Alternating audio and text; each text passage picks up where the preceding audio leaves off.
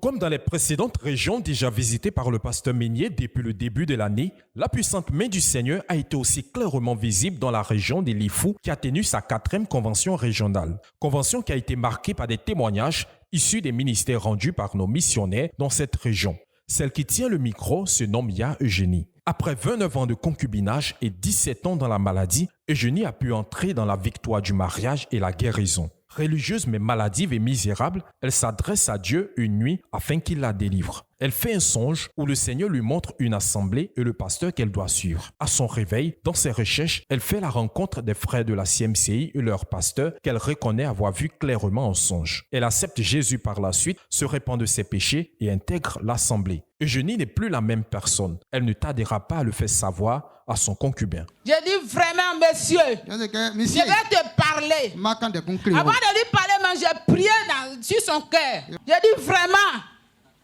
j'ai fréquenté des églises. Mais où hier dimanche je suis parti, la parole m'a touché. Que depuis dans les années 90, tu t'es pas présenté à mes parents pour dire que je veux votre fille. Tu n'as pas fait la dot, ni rien. On a fait des enfants. Mais au travers de l'évangile que j'ai compris, on va faire l'abstinence. Il dit, c'est quoi on appelle l'abstinence là? Gloire à Dieu. C'est ça que je lui ai dit, abstinence là. Tu es avec ta femme. Tu ne l'as pas dotée. Vous vous couchez ensemble là. Dieu me dit aujourd'hui que si tu ne m'as pas doté, c'est pas la peine que nous deux on se couche encore ensemble. Une décision qui ne sera pas du goût de son concubin. Il s'en suivra persécution, maltraitance et après une longue résistance et une grande persévérance, elle recevra la bonne nouvelle tant attendue au lendemain de la croisade pour le renversement des principautés personnelles et familiales de l'année 2019. Maintenant, après la croisade, l'an 2019, on avait fini le samedi. Le dimanche nuit, à 5 heures, il m'appelle. Prépare-toi, je vais aller faire ta dot. Acclamation à Jésus-Christ. Hey, ça ne s'est pas arrêté. Avant-hier, dans la semaine passée, il me dit, va dire à ta maman Kramo que le 1er juillet, elle sera ta marraine que je vais faire ton mariage. Alléluia. Jésus-Christ.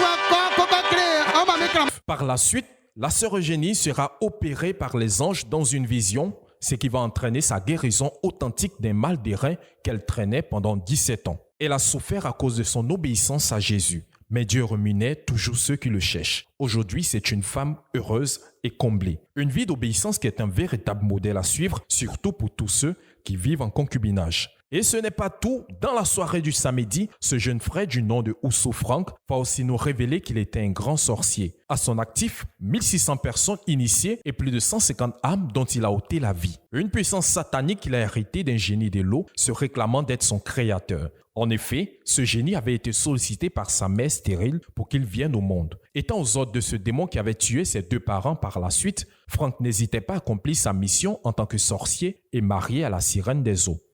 Je n'ai pas de pitié. J'étais à Niablé. À Niablé, la mission qu'on m'a confiée à Niablé, c'est pour détruire les serviteurs de Dieu.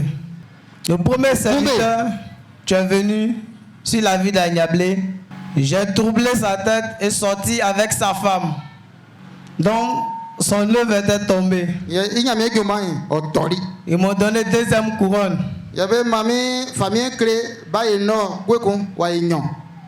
Je voulais quitter, il m'a dit, reste. Il doit y avoir au moins 4 serviteurs de Dieu sur Agnablé. Tu dois leur montrer que non, c'est moi, je gouverne le monde. Les 3 autres sont venus, je fais même chose, sortir avec les femmes. Je me suis rendu au Ghana. Voilà, de 19 ans. Mon père adoptif, il était bien, il m'aimait. Le diable est venu encore. Il me dit, si je tue mon père adoptif, il va ressusciter mes vrais parents. Donc, je n'ai pas insisté. Je l'ai tué. Mes parents ne sont pas ressuscités. À cela s'ajoutent plusieurs autres actions accomplies par Franck qui l'ont même amené à croire qu'il n'y avait pas plus supérieur que le diable dans ce monde. Amoureux d'une jeune fille, Franck fera la rencontre de l'une des tantes de cette dernière, appartenant à la CMCI. Elle se saisira donc de l'occasion pour l'inviter au culte d'adoration. Pour Franck, voici notre occasion de détruire notre église en tuant le pasteur. Mais cette fois, il va réaliser que le Dieu de la CMCI, le Seigneur Jésus, est le roi des rois et le Dieu tout-puissant. Donc on arrivait devant l'église, les 7 démons étaient devant. Il me disait, futur roi, donc tu vas nous tourner le dos. Acclamation à Jésus-Christ. Je les ai dit non. Que le pasteur, que non, la tante il n'a pas de lui. Il doit lui prouver que non, vous êtes les 10. C'est ça. Je suis rentré. Dès que je suis rentré, ils sont venus, ils étaient devant la porte, ils ne peuvent pas rentrer dans le temple. J'ai dit, mais l'habitude quand vous m'envoyez, dès que je rentre, vous êtes derrière moi. À quoi sais-tu que vous êtes au dehors? Donc eux me disent que leur place n'est pas là-bas. L'endroit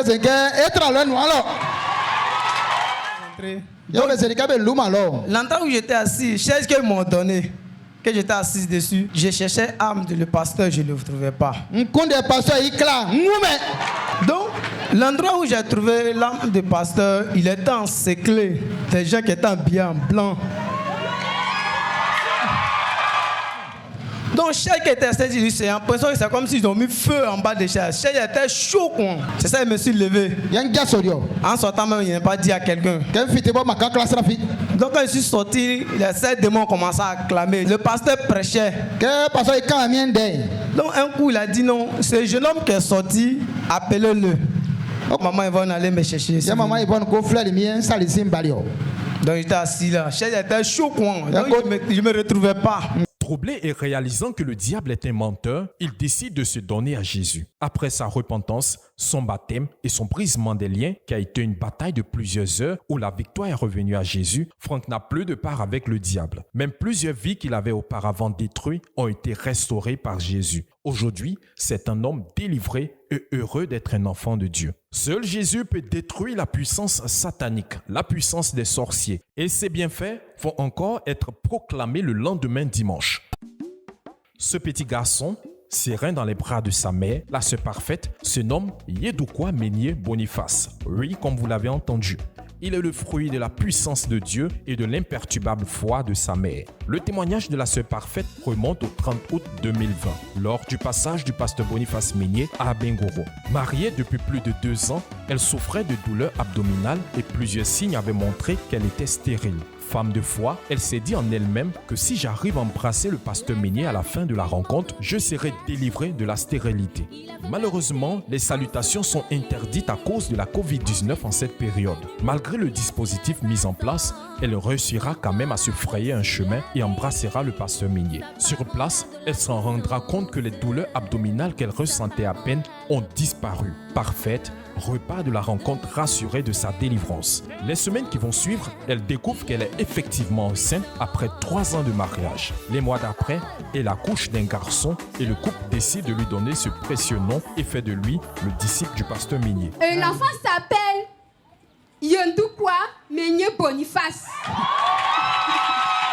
Jésus-Christ. Il faut que je touche l'enfant. I can't come back.